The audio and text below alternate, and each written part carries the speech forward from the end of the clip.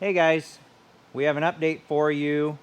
Not sure, we may have put out a video right before this, but as of right now at this time of recording, we have not put out a video in like 3 weeks. So the season was crazy. It was a good thing. You know, we were blessed tremendously. So we heard of a lot of guys being down on acres, and we were good. So but yeah, airplane, everything worked well. We had a few little glitches, but this particular video that you're about to see, I think I had flown, I can't remember what I said, at least 12,000 acres before I recorded it, just because I didn't want the distractions of the cameras in the cockpit while I was just trying to get used to everything again. So anyway, but later on in this clip, we'll roll video. We're doing another ride along with you and kind of explaining things. One thing I forgot to explain in that video is, one guy asked me, where does the chemical go? I explained how much it holds, and this one holds 500, but if you can see the brown, that's the tank.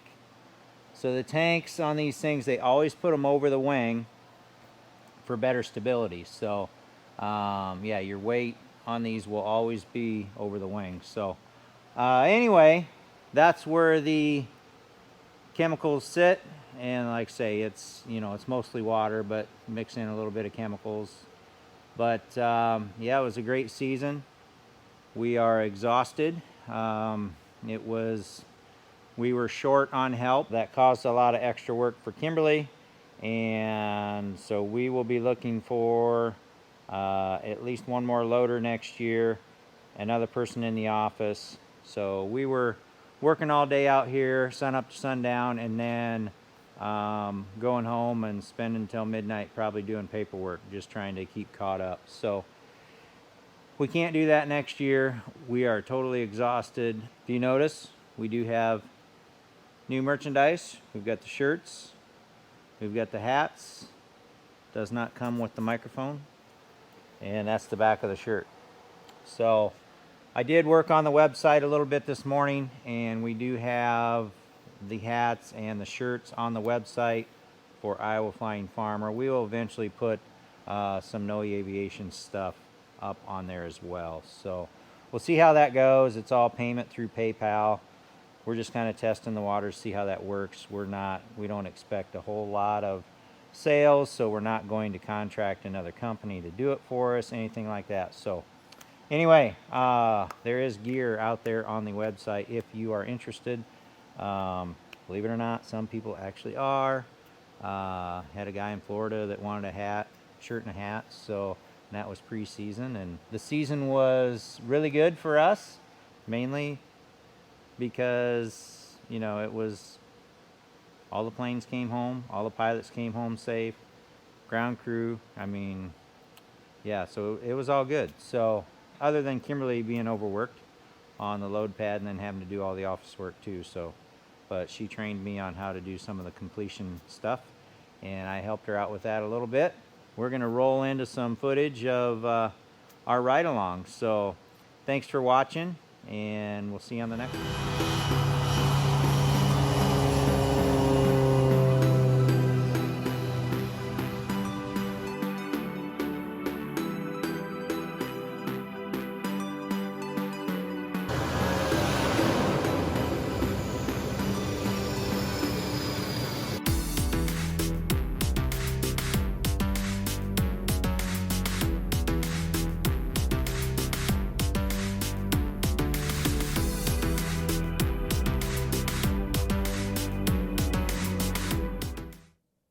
All right, guys, so we're in the airplane. This is week 3 of spraying. I did not do any recording in the cockpit the first couple weeks. I've done probably at least 14,000 acres so far as of the time of this recording. Did not want any distractions. When I started the season, you know, got a new spray system on. I just wanted to fly the airplane and not deal with cameras. Cornell, Traffic Cessna 6462 Tango now crossing midfield, entering a left down. Cameras can be a major distraction if you let them be. but I just didn't want them in the airplane. So we're pretty comfortable, very comfortable with the airplane and how it's all working and all that right now. So we had a rain delay this morning. We got, when I left the house this morning, we had 3.2 inches of rain. This is July 24th as I'm recording this. And it was still raining when we left the house. So here it is, 2 o'clock in the afternoon, and I'm taking off with my first load. The air was really heavy, foggy this morning, so we're just getting started. So I did bring up one of Shane's planes from Oklahoma. So his brother Mikhail is here with us. He's been here since Saturday. Today is Wednesday, so he's helping us get caught up. We actually got caught up yesterday, about 2 hours before the rainstorm moved in yesterday afternoon. So we got caught up. We've got a couple of B loads, which we call them B loads. I think I've explained that before. They've got insecticide in the loads, and you can't spray those between 8 a.m. and 6 p.m. During the day. So we do have, as before it started raining yesterday, we were caught up, and I think we had 3 loads left. So now all of a sudden this morning we wake up and we've got about 4,000 acres to do. So that's a good problem to have. I'm glad that we have another airplane here to help us. So, and being a short day today, I mean, we'll probably, between the two of us, we'll probably get a couple thousand of that done. So we'll just see how it goes. And I'm going to shut these cameras off so I don't drain the batteries, and I'll turn it back on as I'm getting closer to the field. All right, guys, so I am at the field. And I almost forgot to turn you guys on, so just kind of doing my thing. And so what I'm doing right now, I'm looking for power lines. I'm looking for towers in my turning area. Any obstructions. I'm looking for people. I'm looking for running water because we had a lot of rain last night, so I do not want to spray over any waterways that have running water in them, or creeks. Obviously creeks all the time, but you know, a lot of times your waterways, normally when we're spraying, there's no water in them, so we'll spray right over top of them. But with the 3 inches of rain last night, this field looks good.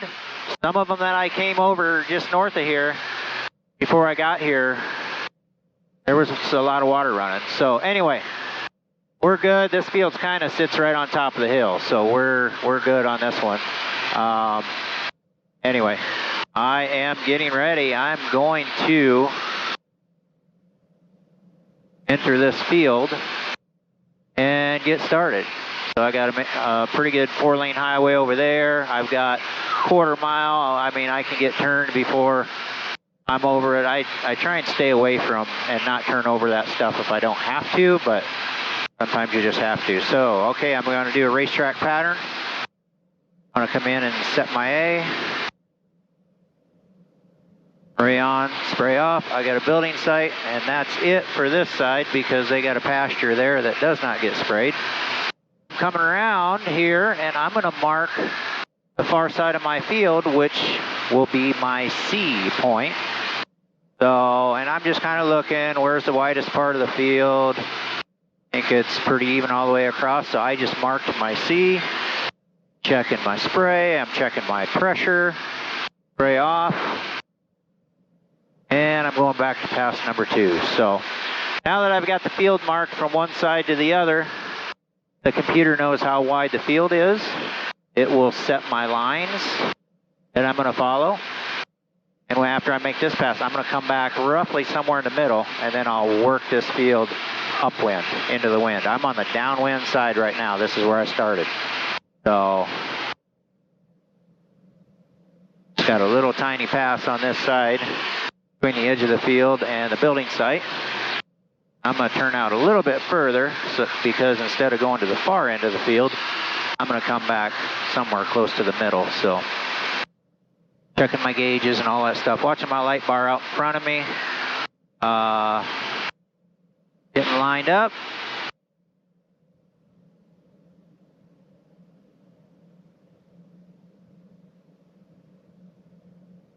And I think I've explained this in one of my other videos. You know, we're running 13, 14, 15 feet above the canopy, something like that.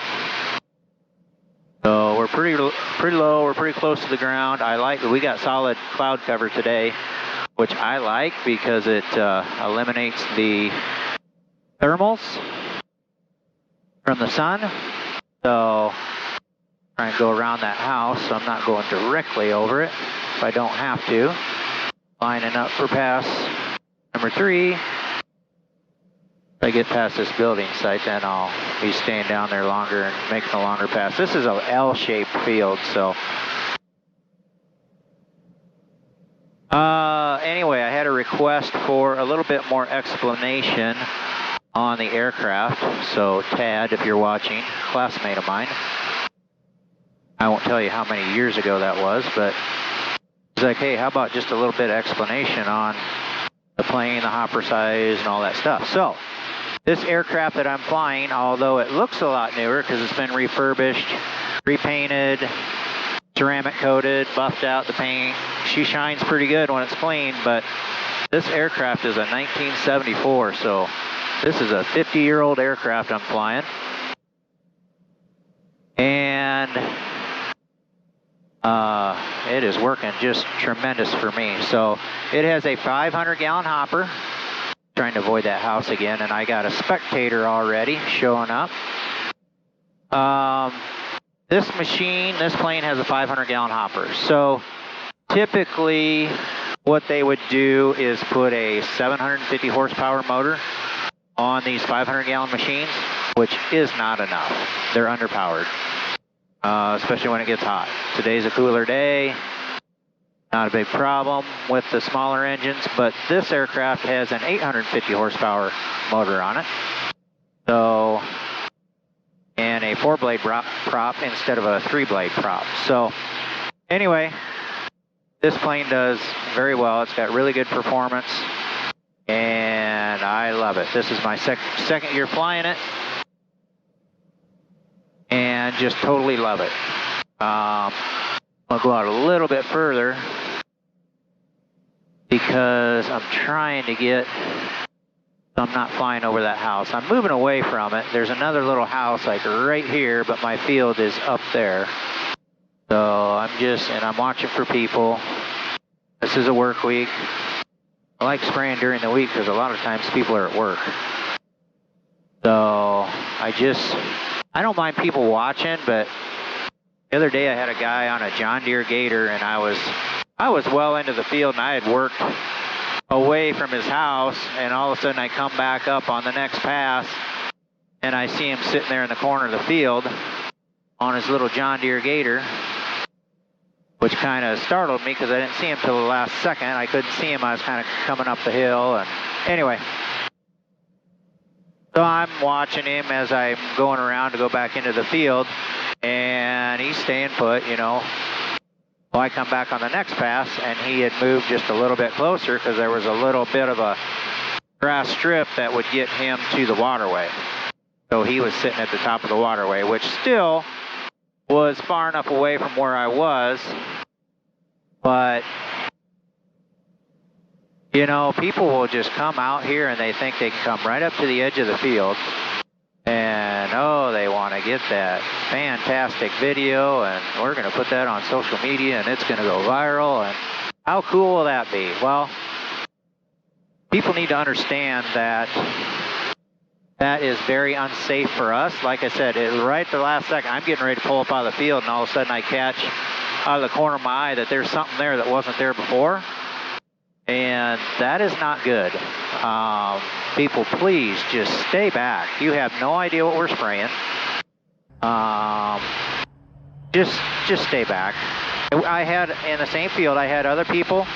They were over on the road about a quarter-mile away, and they were out of their cars just sitting there watching and waving, and they were just enjoying the show. And, you know, I actually enjoy when people do that. I enjoy when I see people enjoying what I'm doing. That's pretty cool. So, but don't come into the field. So anyway, that's enough on that. Yeah. So anyway, I'm on my 7th pass on this field. Everything's going good.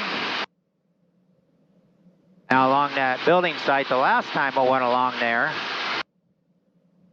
I have what's called a right boom shutoff, so I can shut off my right boom. So as I was going along that building site, I kind of pushed to the left a little bit because it was kind of near the boundary.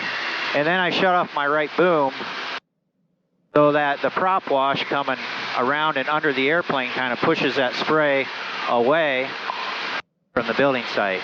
So this is my first year with a right boom shutoff that worked. The AgCat had one on it and I just couldn't. I replaced motors and I just could not get that thing to work for the life of me. But it's kind of nice to have one finally. When I'm spraying along the roads or whatever, I can kick on that right boom shutoff and definitely make a distinct line and not have any spray floating back towards the road or towards a building site or whatever. So I use it a lot.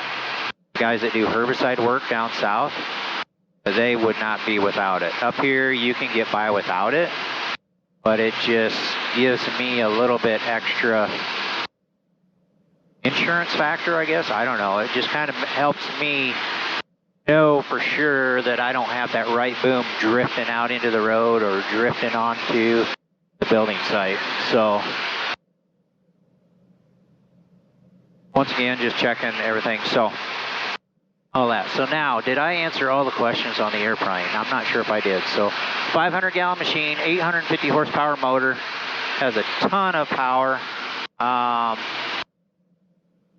4-blade prop instead of a 3-blade prop, which won't give you any extra speed in the air. It just gives you more pulling power, getting the load off the ground. So you will, I don't know. I've not flown this engine with a 3-blade prop, so, but in theory, you're supposed to get off the ground quicker, which is always good. And when you're taking off on a runway with a load, you get a gust of wind or whatever, things can get a little sketchy. So the quicker you can get that plane off the ground and get flying, the better it is, the safer it is. That's my opinion. Maybe there's nothing to that, but you know, I've had heavy loads before and you're struggling to get off the ground and then you get a gust of wind and it kind of pushes you. And so anyway, maybe that's just strictly my opinion. If anybody that flies ag and if they've got any opinions on that, comment down below. So our season up here is basically 4 busy weeks. A lot of times we're starting the second week of July and we'll run till the second week of August. So we're in, like I say, we're the last week of July right now. And I'm kind of okay that we got a little bit of time off with the rain because I was getting pretty tired. So when you're running sun up to sundown and you're covering that many acres, it's exhausting. Had somebody make a comment, I won't say who it was, Allie, that, well, he's just sitting on his rear end all day. Well, you know how tired you get when you take a long trip in a car and you're on the highway all day long and it's exhausting. Well, that's what, 55, 65, 70 mile an hour, now double that. You know, right now I'm going 152 mile an hour across the field. So, hang on, I gotta zoom in my GPS.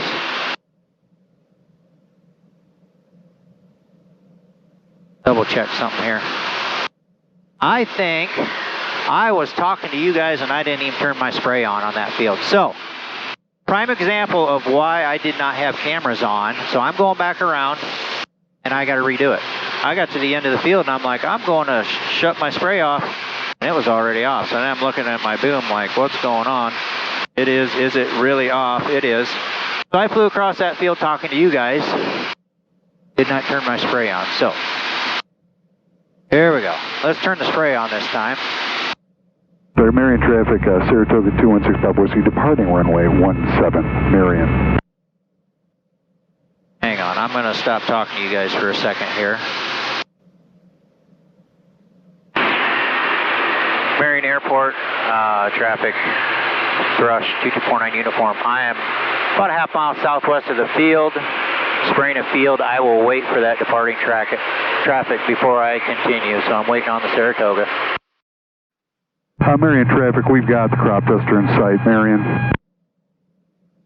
Sounds good. I'll let you get out of the area.